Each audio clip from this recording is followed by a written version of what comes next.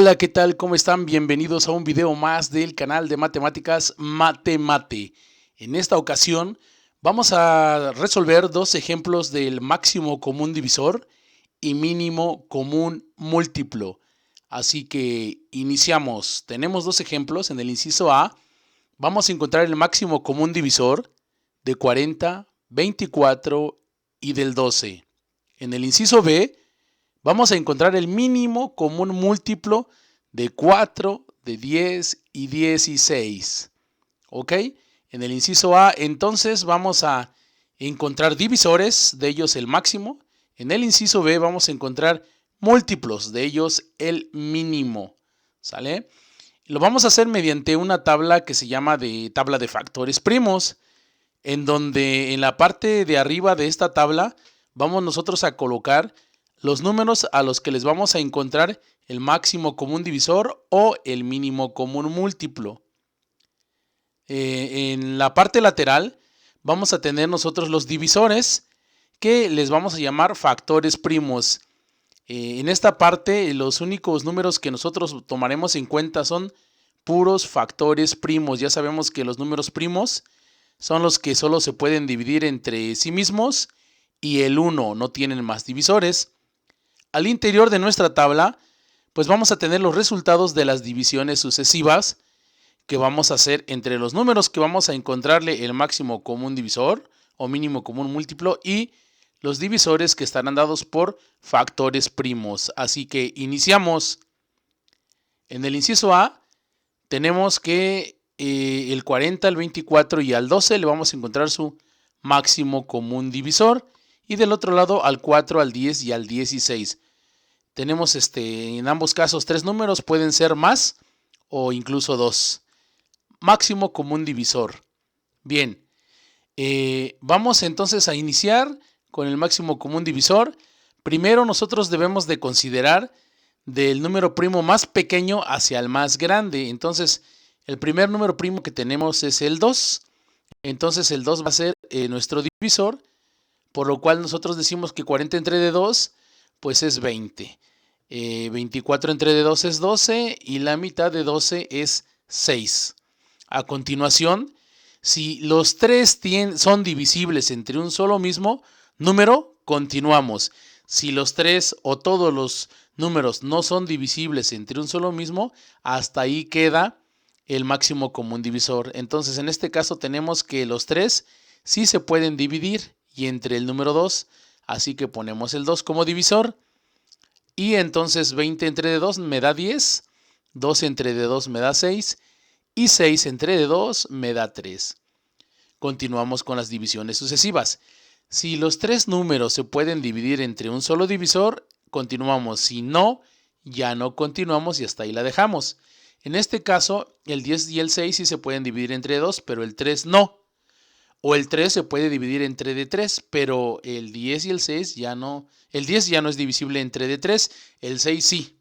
Y aquí la característica es, en el máximo común divisor, que todos los números deben ser divisibles entre un solo número. ¿Ok? Entonces, hasta ahí quedaría. Ahora vamos a multiplicar nuestros factores primos. En este caso es 2 por 2, pues 4. Esto también lo podemos representar como una potencia, 2 a la 2, igual a 4. Y facilísimo, el máximo común divisor es 4. Ahora vamos con el mínimo común múltiplo. Como su nombre lo indica, vamos a encontrar los múltiplos y de ellos el mínimo mediante la tabla de factores primos. Aquí hay una diferencia. Vamos a empezar por el número primo más pequeño, que es el 2. El 1 se considera como un valor unitario, no se considera como número primo. Entonces, vamos a ver si son divisibles entre de 2 todos. El 4 es divisible entre 2, sí. El 10 también es 5, la división. El 16 es divisible entre 2 y me da 8. Y aquí está la diferencia entre el mínimo común múltiplo y el máximo común divisor. Aquí no importa que los tres no sean divisibles entre un solo número. Como vemos, el 5 no es divisible entre 2.